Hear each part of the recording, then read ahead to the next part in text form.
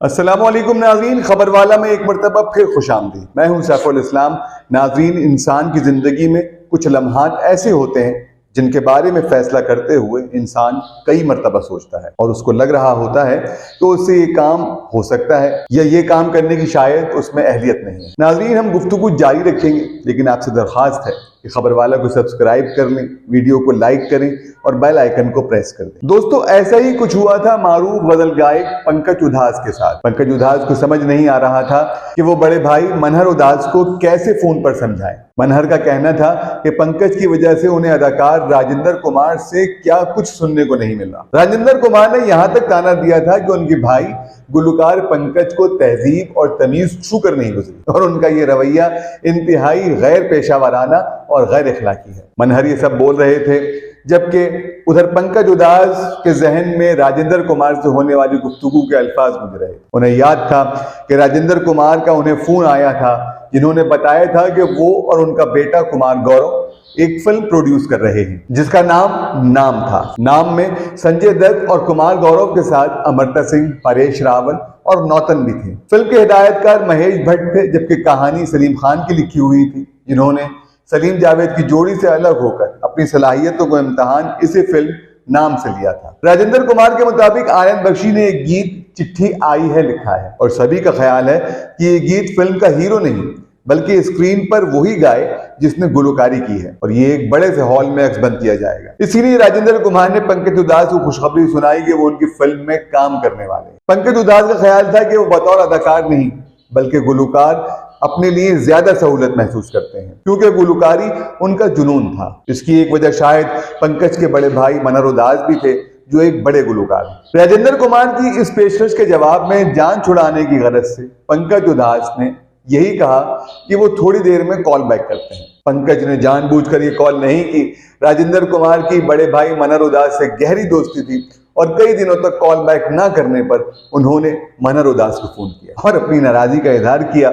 मनहर उधास ने जब इस गैर पेशावराना रवैये पर लेक्चर दे दिया तो आखिरकार पंकज उधास से रहा ना गया और उन्होंने बता दिया कि उन्होंने क्यों राजेंद्र कुमार को जवाब नहीं दिया। इस पर मनहर उधास का कहना था कि अगर वो इस फिल्म के लिए गाना और अदाकारी नहीं करना चाहते तो उसूली और इखलाकी जिम्मेदारी ये बनती है कि वो फिर भी राजेंद्र कुमार को फोन करके ये वजह उनके गोश गुजार कर दें। बड़े भाई की नाराजगी और डांट के नतीजे में तमाम तर हिम्मत जमा करके पंकज उधास ने राजेंद्र कुमार को कॉल मिलाई। पंकज उधास का कहना था कि वो माजरत खां हैं, पर वक्त जवाब ना दे सकते। साथ ही उन्होंने बताया कि वो इस फिल्म और गाने के लिए दस्तयाब नहीं है। राजेंद्र कुमार की वजह दरियाफ्त करने से पहले ही पंकज उधास ने कहना शुरू किया कि दरअसल उनका ख्वाब है कि वो बतौर गुलकार अपने आप को तस्लीम करवाएं और राजेंद्र कुमार उनसे अदाकारी कराने जा रहे हैं, इसलिए वो फिल्म नाम का हिस्सा बनने से कासिर है। राजेंद्र कुमार ने तसल्ली के साथ पंकज उधास की बात सुनी और फिर उनका सवाल था कि तुमसे किसने कहा कि हम अदाकारी कराएंगे। राजेंद्र कुमार के मुताबिक फिल्म में एक ऐसी सूरत हाल है कि हीरो भारत से बाहर रहता है और फिर एक रोज हीरो किसी कॉन्सर्ट में जाता है जहां एक गुलकार नगमा सराई कर रहा है और उस गीत का महवर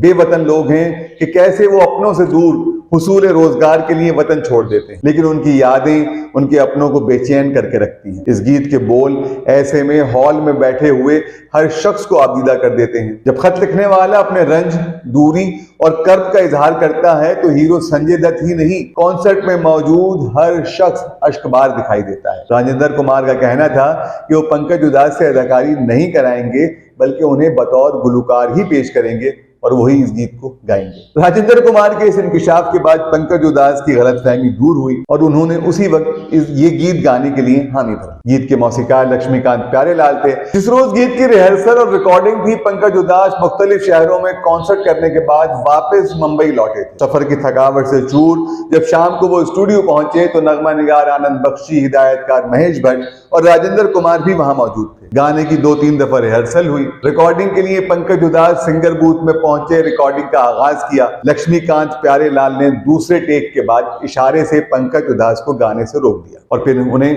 दूसरे कमरे में ले गए। लक्ष्मीकांत ने पान चबाते हुए पंकज उधास से कहा, पंकज जी, इस गाने का जो मूड है, जज्बात और एहसासात हैं, वो आप सही ढंग से निभा रहे हैं, लेकिन फिर भी पता नहीं क्यों मुझे कुछ कमी महसूस हो रही है। आप बिलाशुबा सुर में गा रहे हैं, लेकिन फिर भी कहीं ना कहीं कुछ कमी है। पंकज उधास ने कहा, मैं तो दिल की गहराइयों से गा रहा हूं, समझ नहीं आ रहा कहां कोई खामी रह गई है। मौसीकार लक्ष्मीकांत ने थोड़े तवक्कुफ के बाद कहा कि आप दुरुस्त कह रहे हैं, लेकिन चलिए ये बताएं कि आप कॉन्सर्ट में किस तरह गुलकारी करते हैं। पंकज ने कहा, कॉन्सर्ट में तो मैं हारमोनियम के साथ फर्शी नशिस्त के तहत गुलकारी करता हूं। लक्ष्मीकांत इस जवाब के बाद चौंके और फिर गोया हुए कि 2 मिनट दे, मैं कुछ सोचता हूं। ये कहकर वो कमरे से चले गए। कुछ देर बाद पंकज उदास को बुलाया गया। उन्होंने देखा स्टूडियो का बड़ा सा हाल अब रिकॉर्डिंग रूम बन चुका। एक तख्त दरमियान में था जहां हारमोनियम रखा था और फिर पंकज उदास को कहा गया कि वो हारमोनियम के साथ बैठकर गुलकारी। पंकज उदास को अपने मतलब का माहौल मिल चुका था।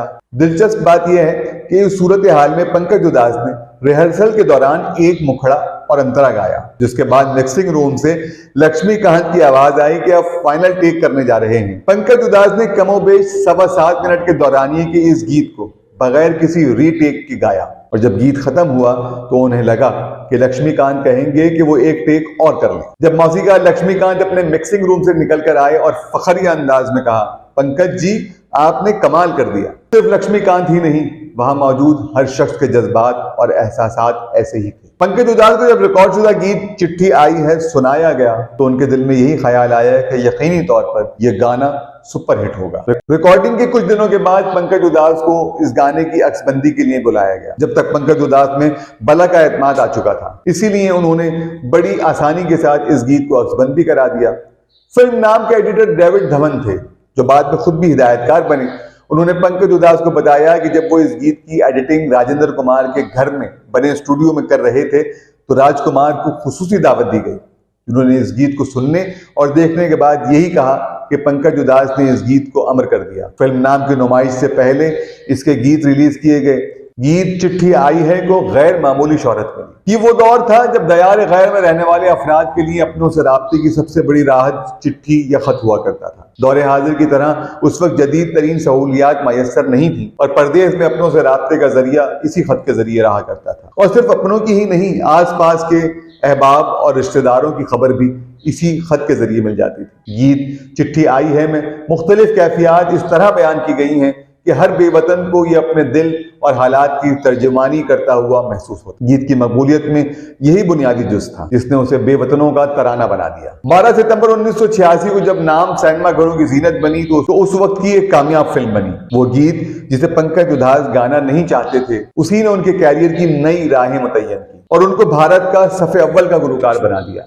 आज भी पंकज उदास का जिक्र हो तो ये गीत याद आता है और जब कहीं ये गीत गूंजता है तो पंकज उदास सुनने वालों को याद आते हैं। वीडियो कैसी लगी अपनी राय से जरूर आगाह करें। मुझे दीजिए इजाजत और जुड़े रहिए खबरवाला के साथ।